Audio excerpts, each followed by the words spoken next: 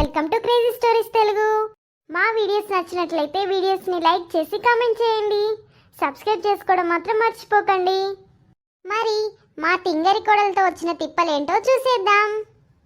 అత్తయ్య అత్తయ్య అత్తయ్య ఎక్కడా లేదేంటి? ఎక్కడికో వెళ్ళింది ఈవిడ. వెళ్ళేటప్పుడు నాకు ఒక మాటైనా చెప్పొచ్చు కదా. అత్తయ్య వచ్చారా? నేను చాలాసేపటి నుంచి మీ గురించి వెతుకుతున్నాను. ఎక్కడికి వెళ్ళారు? నేను పక్క వీధిలో ఉన్న శాంతమ్మ ఇంటికి వెళ్ళొస్తున్నా. ఎందుకు అత్తయ్య? పేరంటానికి ఏమైనా పిలిచారా? అదే, శాంతానికి కొత్త కోడలు వచ్చింది కదా, ఎలా ఉందో ఏంటో అని చూసొస్తున్నాను. మొన్న పెళ్ళికి వెళ్ళాం కదా అత్తయ్య, అక్కడ చూశారు కదా, మళ్ళీ ఏం చూస్తారు? అది కాదే, పెళ్లి మేకప్లో అందరూ అందంగానే ఉంటారు. మేకప్ లేకుండా ఎలా ఉందో చూద్దామని వెళ్ళా. ఎలా ఉంది అత్తయ్య? బాగుందా? ఏదో యావరేజ్గా ఉందిలే. కానీ రాణి ఎంత మంచి అమ్మాయో తెలుసా? ఇంటికి వచ్చిన వాళ్ళకి భలే మర్యాదలు చేస్తుంది. అవునా అత్తయ్య? ఏం చేసింది ఏంటి? వెళ్ళగానే ఇంట్లోకి తీసుకువెళ్ళి కూర్చోబెట్టి వేడి వేడి కాఫీ ఇచ్చింది. కొత్త పాత లేకుండా చక్కగా కబుర్లు చెప్పింది. అవునా అత్తయ్య? ఏం కాఫీ ఇచ్చింది? ఫిల్టర్ కాఫీనా, ఇన్స్టెంట్ కాఫీనా? ఏదో ఒక కాఫీనే. అది కాదు ముఖ్యం, మర్యాదలు ముఖ్యం. నువ్వు కూడా మన ఇంటికి ఎవరైనా వస్తే అలాగే మర్యాదలు చేయాలి. చక్కగా ఇంట్లోకి పిలిచి కూర్చోబెట్టి ఏం తీసుకుంటారని అడగాలి. వాళ్ళు అడిగినవి అప్పటికప్పుడు వేడి చేసుకొని తీసుకురావాలి. సరేనా? సరే అత్తయ్య, మీరు చెప్పినట్లే మర్యాదలు బాగా చేస్తాను. మీరే చూస్తారుగా, నన్ను బాగా మెచ్చుకుంటారు. ఇంతకీ నా గురించి ఇల్లంతా వెతుకుతున్నా అని చెప్పావు, ఎందుకే? అత్తయ్య, అది నేను బట్టలు ఇస్త్రీ చేస్తుంటే నాకు ఫోన్ వచ్చింది. వస్తే కొంప ముంచి నా చీర ఏమైనా కాల్ చేసావా ఏంటి? కాదత్తయ్య, ఫోన్ మాట్లాడొచ్చి చూసేసరికి మీ ఎంబ్రాయిడరీ బ్లౌజ్ కాలిపోయింది. అయ్యో అయ్యో, ఎంత పని చేసావే మొదలస్టఫ్ దానా. ఆ చీర ఖరీదు 1000 రూపాయలైతే ఆ బ్లౌజ్ డిజైన్ చేయడానికి 5000 అయ్యిందే. నాకు తెలుసు కదా అత్తయ్య, అందుకే మీరు కోపడతారని సేమ్ బ్లౌజ్ ఇంకో కలర్ ఉంది కదా, ఉంటే ఆ బ్లౌజ్ కట్ చేసి ఈ బ్లౌజ్కి ప్యాచ్ వర్క్ చేశా. వస్తే ఈ తింగరి మాలకు అంటే నువ్వు 2 బ్లౌజులు నాశనం చేసావన్నమాట. నేను బాగు చేద్దామని ట్రై చేశా, కానీ అది అలా అయిపోయింది. కర్మే నా కర్మ. నేను ఇంట్లో లేకపోతే ఏదో ఒక తింగరి పని చేస్తావే. అమ్మా, ధర్మం చేయండి అమ్మా. గంపెడు పిల్లలు గలదాన్ని ఏదో ఒకటి పెట్టి పుణ్యం చేసుకోండి అమ్మా.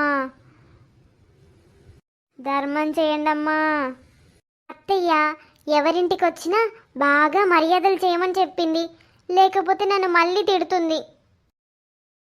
అయ్యో, బయట నిలబడిపోయావేంటి? లోపలికి రామ్మా. లేదమ్మా, ఏదైనా ధర్మం చేయండి అమ్మా. గంపెడు పిల్లలు ఆకలితో ఎదురు చూస్తున్నారమ్మా. అయ్యో అలాగా, నేను ధర్మం చేస్తానులే కానీ ముందు నువ్వైతే లోపలికి రా. సోఫాలో కూర్చోండి. ఏం తీసుకుంటావమ్మా? కాఫీనా, టీనా?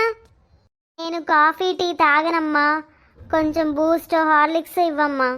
అలాగే, ఇప్పుడే తీసుకొస్తాను. అమ్మా, కొంచెం ఆ టీవీ పెట్టండి అమ్మా. బాగా అలసిపోయాను. అదే చేత్తో ఫ్యాన్ కూడా వేయండి అమ్మా. బాగా చెమటలు పట్టాయి. ఊరంతా తిరిగి అలసిపోయాను. అయ్యో పాపం, విశ్రాంతి తీసుకో, నేను బూస్ట్ తీసుకొస్తాను.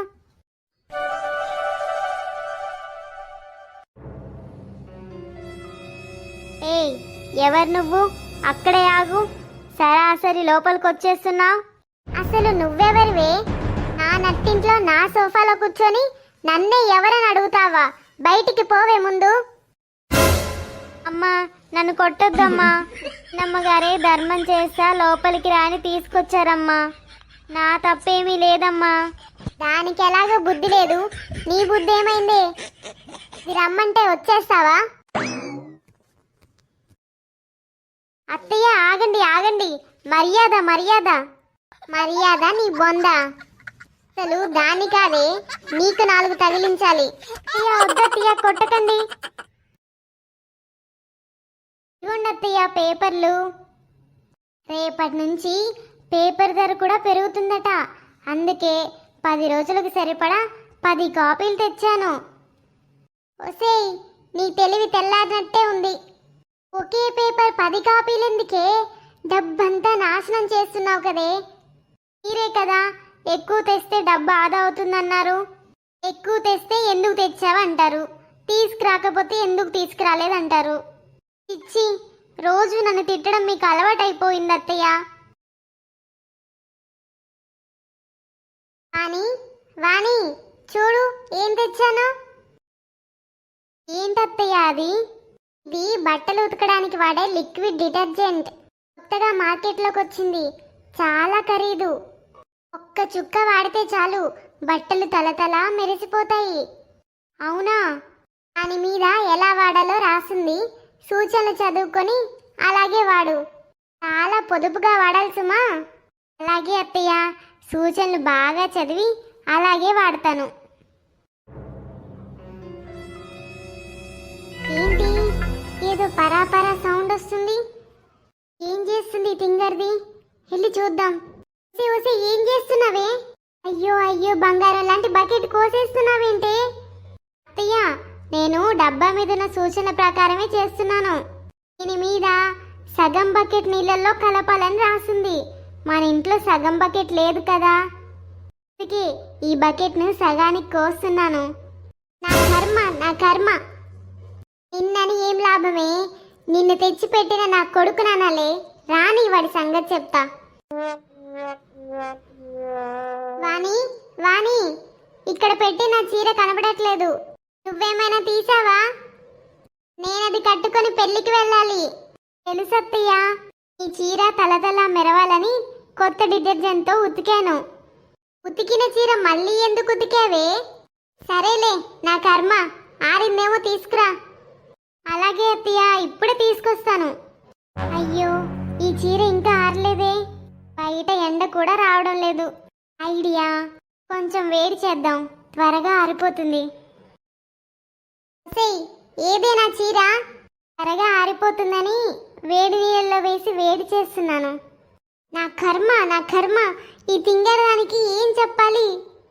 ఏదో ఒకటి ఏడు. నేను పెళ్ళికి వెళ్తున్నాను. ఇల్లు జాగ్రత్త.